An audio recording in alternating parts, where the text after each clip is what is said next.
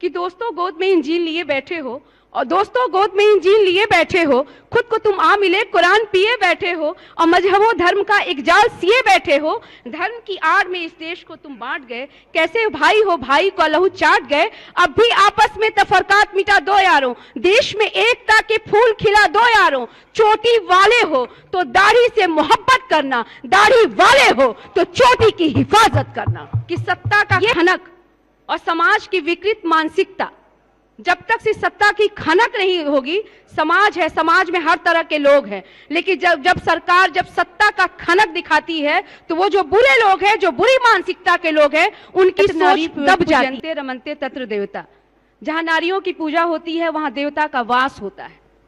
इस शीर्षक की मांग 10 रुपया घटाई जाती है, इसका मैं समर्थन करती हूं।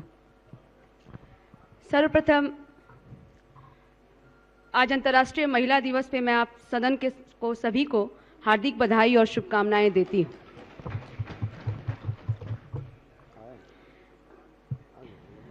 आज महिला दिवस है और इतनी विरोधाभास हो रही थी सदन में, और चूंकि महिलाओं की संख्या सदन में कम है, ऐसा एहसास हुआ हम सभी महिला विधायकों को कि हमारी संख्या कम है, इसलिए जो वाद विवाद हुआ, पुरुष समाज है और यहाँ आपकी संख्या ज़्यादा है, लेकिन किसी ने बढ़ चढ़ कर ये नहीं कहा कि अब महिला दिवस है, आज बोलना दिया जाए। महोदय, माननीय अध्यक्ष महोदया, एक बात जरूर कहना चाहती हूँ कि भारत की सभ्यता और संस्कृति में महिलाओं को वैदिक युग से ही देवी का रूप दिया गया है, देव युग माना गया है। इसीलिए कहा जाता है कि यत्र नारी पूज्यन्ते रमन्ते तत्र देवता, जहां नारियों की पूजा होती है वहां देवता का वास होता है। लेकिन सिर्फ पूजा के लिए थोड़े हम बने हैं, हम सिर्फ पूजनीय हम नहीं चाहते हैं कि आप हमें सिर्फ देवी देवता का रूप ही दीजिए। हमें वो सम्मान चाहिए, हमें वो बराबरी का सम्मान चाहिए। ये भारत है, इस देश में राष्ट्रपति का पद भी महिला ने सुशोभित किया है। इस देश में प्रधानमंत्री महिला बनी है, नेता प्रतिपक्ष महिला बनी है, कई राज्य की जो मुख्यमंत्री हैं वो महिला बनकर पद को सुशोभित किया है। ये वही भारत की सभ्यता और संस्कृति है, और ये वही भारत की महिला है जो अंतरिक्ष को भेद करते हुए सुनीता विलियम्स और कल्पना चावला का नाम आता है, वो संतोष यादव का नाम आता है। इन सभी महिलाओं का जब हम जिक्र करते हैं तो भारत का जो सीना है वो चौड़ा हो जाता है कि इस देश में इस तरह की महिलाएं हैं, और निडर होकर, और वैसा क्षेत्र एयरफोर्स हो, आपको आर्मी हो, पुलिस हो, ये ऐसे क्षेत्र थे जहां पुरुषों का वर्चस्व था, जहां पुरुष ही रहते थे। उस क्षेत्र में अपनी महिलाओं ने अपनी कार्यकुशलता का परचम दिखाया है, लहराया है और अपने आप को साबित किया है। लेकिन एक तरफ मन मस्तिष्क सीना झुक भी जाता है सर, जब हम इस देश में महिलाएं, जब 7 साल की बच्ची के साथ बलात्कार की घटनाएं आती हैं, जब महिलाएं शोषण होती हैं, भ्रूण में पल रही बच्ची से लेकर अस्तित्व तक, जब तक महिला का अस्तित्व होता है, महिला हमेशा संघर्ष करती हुई नजर आती है। हमारी सामाजिक परिवेश में आप देख रहे होंगे, हम भी महिला विधायक बनना चाहती हूँ। महिलाओं की स्थिति कब सुधरेगी? जब हम सभी एकजुट होंगे। महिलाओं की स्थिति कब सुधरेगी? हम कहने का मतलब सिर्फ महिलाएं अपनी शक्ति का अपनी प्रदर्शन नहीं करेंगी, महिलाएं अपनी मांग नहीं रखेंगी, जब सदन में हम में मतलब पुरुष भी उसको समर्थन करेंगे और अपने क्षेत्र की बेटियों और बहू को ये वातावरण देंगे कि उनकी सुरक्षा का वादा करेंगे, तब महिलाएं सुरक्षित होंगी। और सरकार से भी एक जरूर करूंगी कि सत्ता का खनक और समाज की विकृत मानसिकता, जब तक से सत्ता की खनक नहीं होगी, समाज है, समाज में हर तरह के लोग हैं, लेकिन जब सरकार जब सत्ता का खनक दिखाती है तो वो जो बुरे लोग हैं, जो बुरी मानसिकता के लोग हैं, उनकी सोच दब जाती है, वो डर जाते हैं। इसलिए सरकार को भी अपनी सत्ता का खनक दिखाकर इस तरह की घटनाओं को कम करने के लिए काम करना होगा। और समाज की मानसिकता को बदलनी होगी। और समाज की मानसिकता को बदलने के लिए हम सभी विधायकगण अपने अपने क्षेत्र के जनप्रतिनिधि हैं और प्रबल समर्थक जब महिला सशक्तिकरण की बात करेंगे, महिला सुरक्षा की बात करेंगे, तो निश्चित तौर पे क्यों हम आज ही के दिन हम क्यों महिला दिवस बनाएं? आज ही हम क्यों आज अपने आप को स्पेशल फील कर रहे हैं कि हम लगता है कि स्पेशल दिन है? हमारे लिए तो पूरे साल का एक एक दिन हमारे लिए एक त्योहार होना चाहिए। हम ये मांग करना चाहते हैं।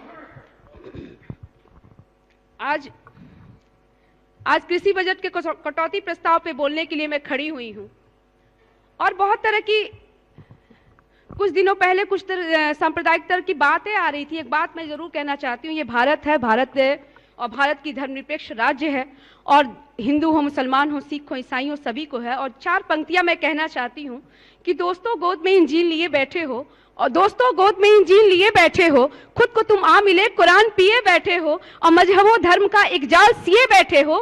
धर्म की आड़ में इस देश को तुम बांट गए, कैसे भाई हो भाई को लहू चाट गए। अब भी आपस में तफरकात मिटा दो यारों, देश में एकता के फूल खिला दो यारों। चोटी वाले हो तो दाढ़ी से मोहब्बत करना, दाढ़ी वाले हो तो चोटी की हिफाजत करना। ये मैं चाहूंगी।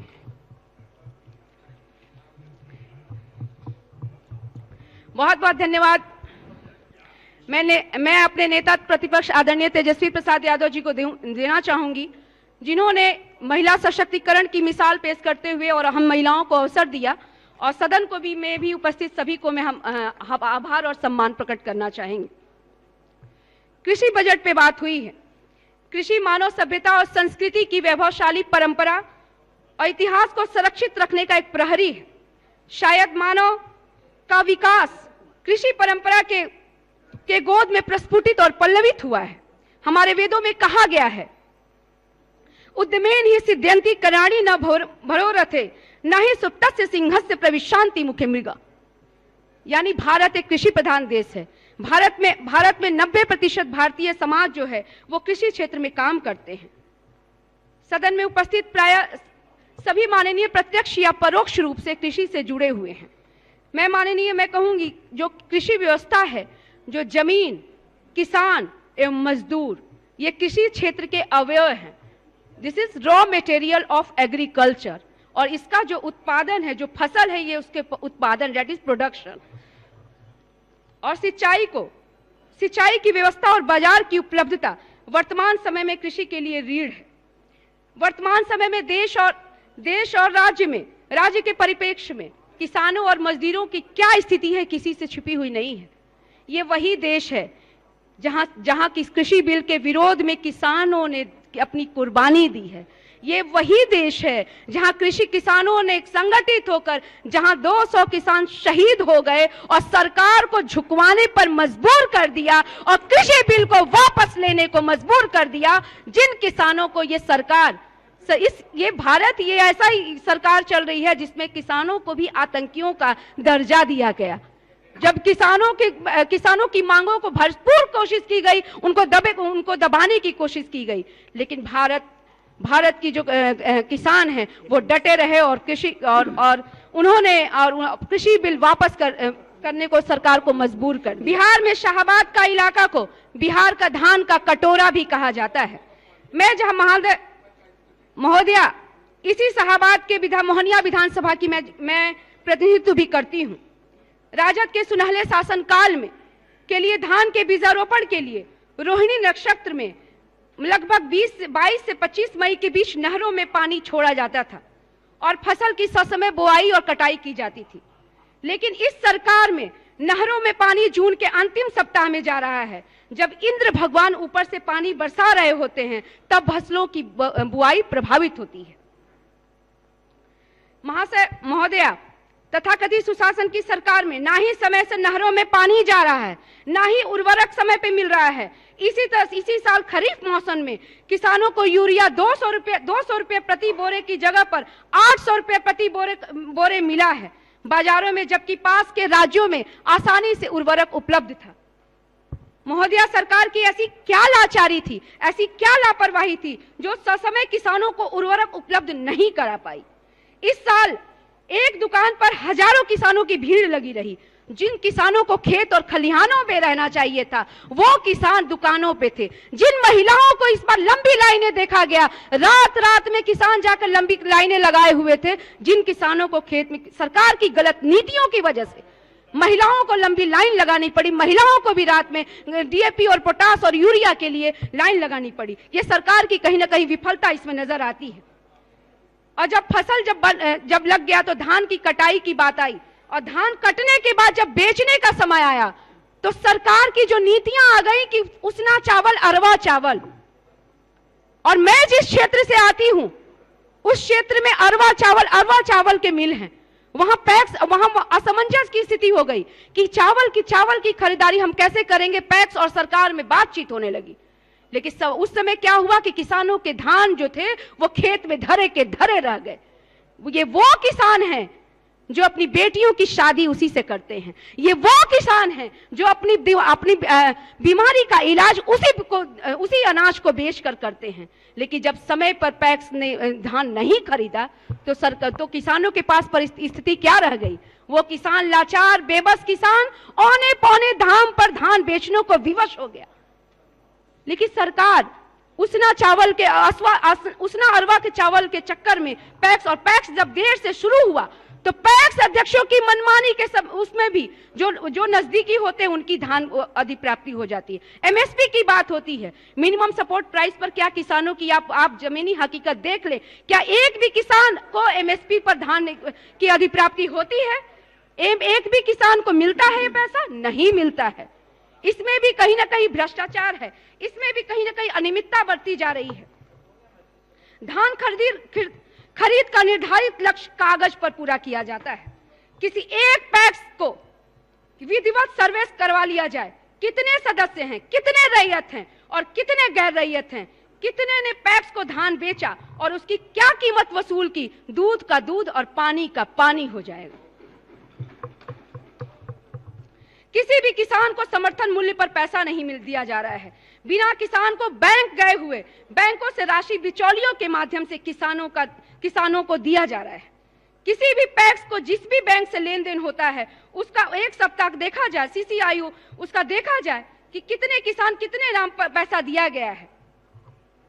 मैं किसान भाइयों के हित में भ्रष्टाचार पर अंकुश के लिए सरकार से यह मांग करती हूं कि धान खरीद का पैसा भी अन्य सरकारी योजनाओं की तरह राष्ट्रीयकृत बैंक से किसानों को मिले।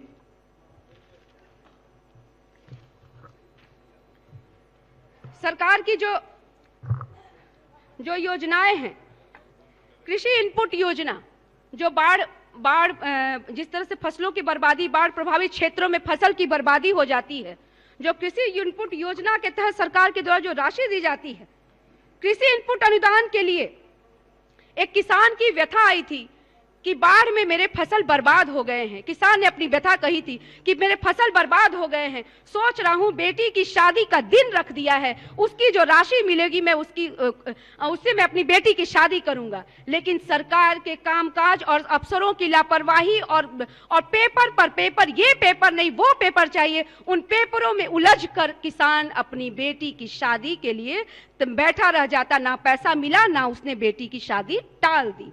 कृषि इनपुट अनुदान के लिए अंतिम तिथि 26/11/21 तक अंतिम तिथि थी, लेकिन सचिव कृषि विभाग 31/12/21 को नया नियम लगा देते हैं कि बिना लगान के रसीद बिना नहीं मिलेगा, बिना लगान के रसीद बिना नहीं मिलेगा। यह क्यों अंतिम तिथि के पहले ही होना चाहिए? कृषि इनपुट अनुदान 21-22 में 22,77,000 आवेदन में 3,44,000 रिजेक्ट किया गया, मात्र 8 लाख ही स्वीकृत हुआ, पेश नहीं हुआ। तो सरकार को इस पर ध्यान देना चाहिए। सरकार की जितनी योजनाएं चलती हैं, जल जीवन हरियाली से जो आप कृषि योजनाएं चलाते हैं, आप जल छाजन की बात करते हैं, लेकिन कहीं ना कहीं पदाधिकारियों की नाकामी, पदाधिकारियों की शिथिलता के चलते ये जो योजना है वो जमीन पर कारगर नहीं। जो सरकार योजना चलाती है, पटना का रिपोर्ट है कि 9 करोड़ रुपए का घोटाला हुआ। बागवानी मिशन में वैसे लोगों को लाइसेंस दिया गया जिसके पास बीज का लाइसेंस था ही नहीं, वैसे लोगों को लाइसेंस दिया गया। ये सरकार की विफलता और कहीं ना कहीं स्थानीय पदाधिकारियों की की विफलता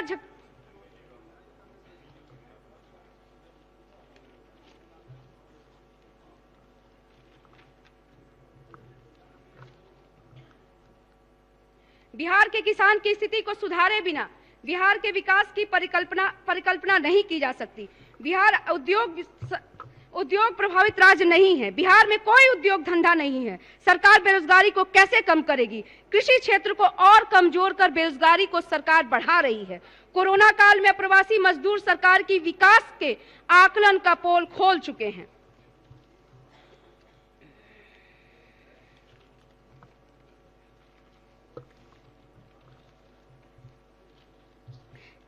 सरकार से ये मांग करना चाहती हूं कि बिहार में जो चीनी मिल बंद पड़े हैं, 28 चीनी मिलें हैं जो बंद पड़े हैं, वो कब सरकार वादा करती है? जब भी चुनाव आते हैं तो सरकार कहती है कि बंद पड़े चीनी मिलों को हम खुलवाएंगे।